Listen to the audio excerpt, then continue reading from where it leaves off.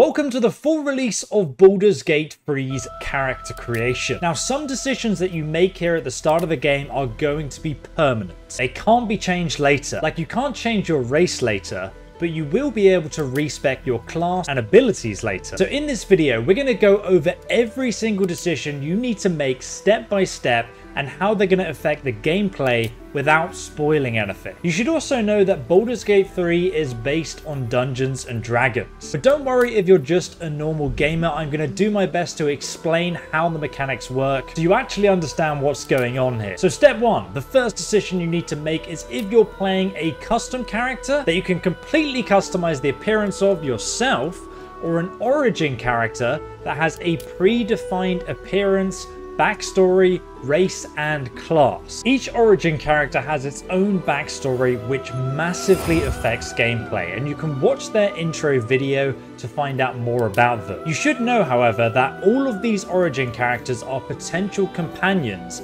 that you can recruit into your party during Act 1, which is the start of the game. You can literally meet all of these characters within the first hour of the game and potentially recruit them all into your party. And I'll have a video on how to do that linked below. So you don't necessarily need to play as them to experience their storyline. You will be able to control them later anyway. It is also possible to respec the origin character classes and stats, but you can't change their appearance. But there is one special origin character called the Dark Urge, and he is the only character who has an origin story that you can still customize. You can change his appearance, his race, and his class. I should also note that he or she is the only origin character that won't exist in the game unless you're physically playing as them. But I'll warn you now, without spoiling anything, he has a very specific backstory, so if you want to roleplay something else, don't feel the need to play him on your first playthrough. Next we have step 2, which is deciding what race you're going to play. Now do remember that your race cannot be changed later, so whatever race you pick, you're stuck with it for the whole playthrough. Race is going to affect lots of different things about the gameplay.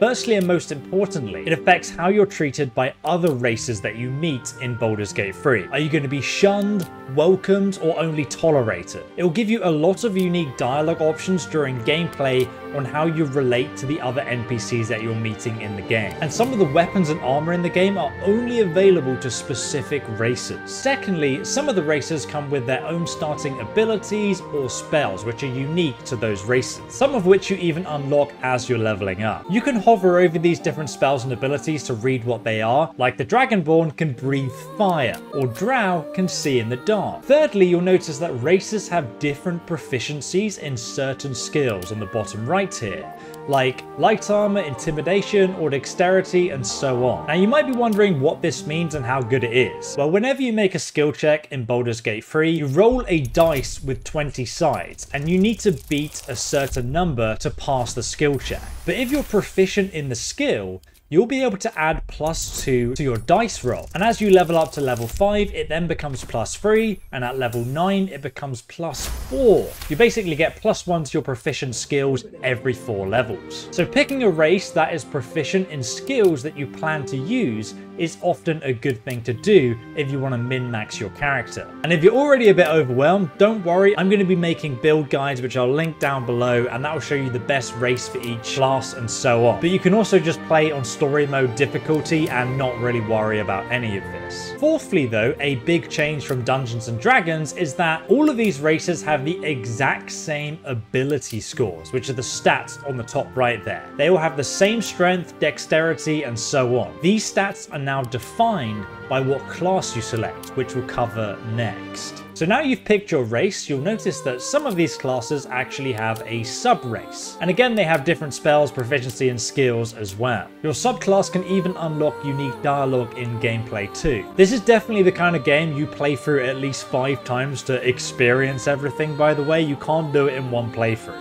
It's impossible. Next we have step 3. We're going to be picking our class, and unlike race, this can be changed later. So there are 12 classes to pick from, and some of them have subclasses, some of which can only be unlocked by doing certain actions in the game or leveling up to a certain level. Like if you pick a paladin and then you break your oath, you can unlock the Oathbreaker Paladin class, which I'll be doing in my Evil playthrough. And again, the class you choose will affect dialogue options and other things in the game. As you click through the classes, you will see a rough guide on what that class is going to be proficient at. You'll also see that the character's stats change between classes to what the game recommends you should be using, but we can actually change that ourselves later, especially if we want to min-max to get the ultimate best character build, which you don't have to do, but now the spellcasting classes also come with different spells and cantrips. Now cantrips are just a level 0 spell that you can cast as many times as you like. They have unlimited usage, while the normal spells can be casted only a limited number of times, and then you have to go to your camp and do a long rest before you can cast those spells again. You can even pick what starting cantrips and spells you want,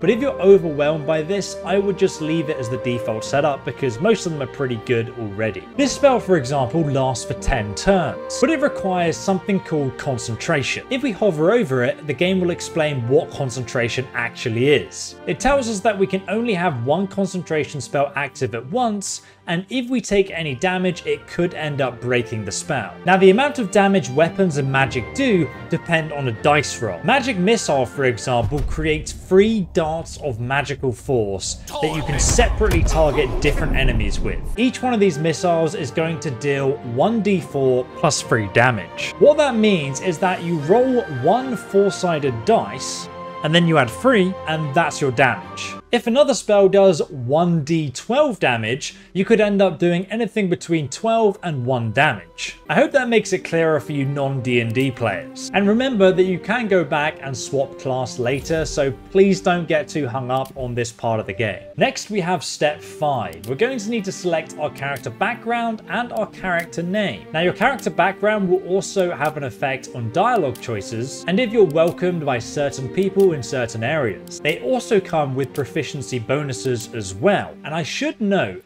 that if your race or class already has a proficiency bonus listed and it overlaps, you won't actually get any additional bonuses from having the same proficiency twice. So I'd recommend picking a different proficiency to be efficient. Next though, we need to assign our ability points. These are our character's stats. The game starts out with a recommendation of what you should pick, but of course we can customize it ourselves as well. And again, we can change these later by respecing our character. If you hover over each one of these, the game will tell you exactly what they do, and pretty much every class in the game has 2 main specific stats that it wants to be good, along with Constitution, which is your health and obviously affects your survivability. And Charisma will make you a better spellcaster, but also better in dialogue, which is a massive part of the game. But don't worry if your character doesn't have a high Charisma, you can just use one of your companions to talk to everyone in the game. And then you've got Strength, which affects how much you can carry, how far you can jump, and if you can push someone who's bigger than you. Some spells and weapons also scale in damage based off your abilities. So if you have a high dexterity, you'll do even more damage with bows and daggers. Now the highest stat you can have here is 15, and then you can assign your +2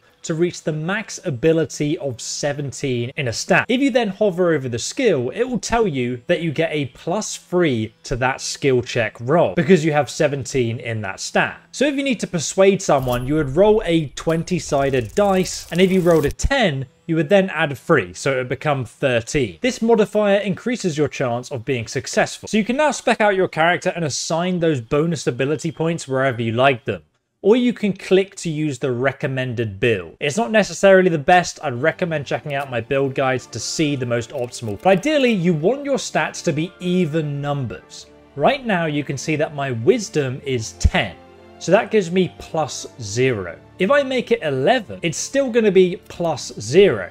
But if I make it 12, it actually gives me that +1 bonus now. So you only get the modifier benefits if you're on an even number. You can also increase your character's ability points later when you level up though. And there's lots of items in the game that also affect it. But finally, at the bottom, we can change our skill proficiencies. If we click this button, you'll then get a list of the different modifiers that you currently have proficiency in. This is going to be different for every class and race and so on. We can also hover over each proficiency and it will actually tell you what effect it has on gameplay. Some of them definitely come up more than others. And again, if you want a full build guide, check out the links in the description. They will be out soon. Next, we go into character customization, where we can choose between male and female, customize our hair, our skin, our voice, eyes, freckles. I mean, to be honest, this is very different for every race in the game. Like if your race has a tail, you can customize that, or what scale patterns you have and so on. I'd honestly say Baldur's Gate 3 has the best character creation I've ever